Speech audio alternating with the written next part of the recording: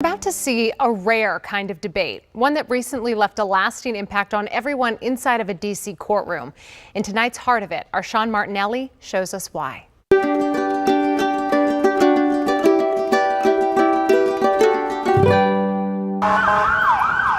Inside the Prettyman U.S. Courthouse, the case you're about to hear is not one of fraud or conspiracy or bankruptcy.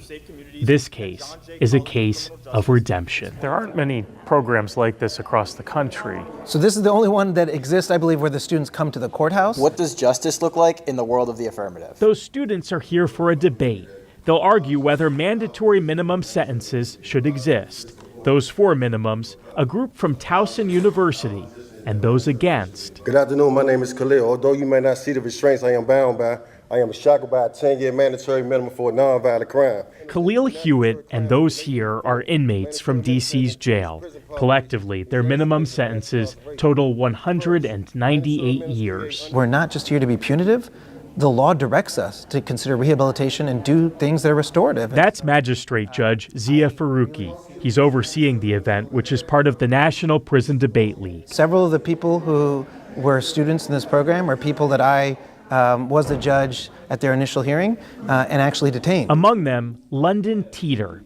In February, she pled guilty to her role in a series of inside job robberies at a Walgreens. I'll say I was lost. I'm 21 years old. I graduated high school and I was trying to find my way. Just unfortunately, I went down the wrong path. She's someone whose case that I had.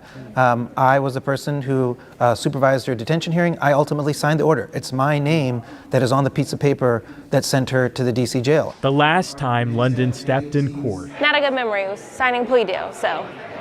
Today, she took that podium for another kind of plea. Imagine being a 20-year-old woman, a first-time offender, no criminal background, and 24 weeks pregnant when arrested.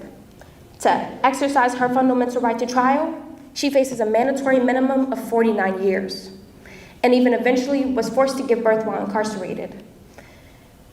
This woman is me, but this is only a part of my story.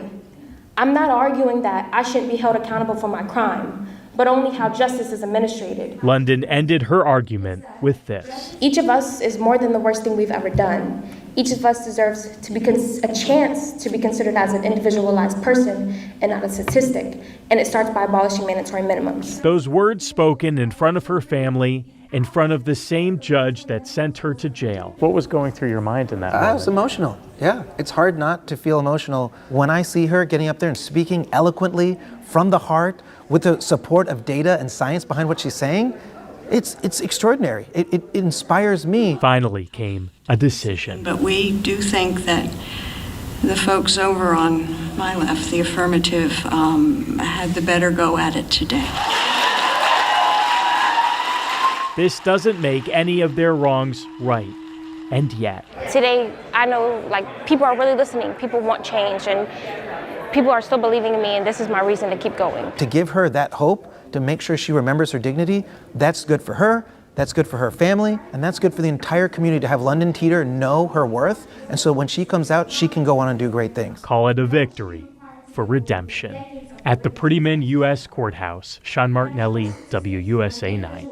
All right, Sean, thank you. We are always looking for more stories like this. If you know someone inspiring who's making an impact on our community, we would love to hear about them.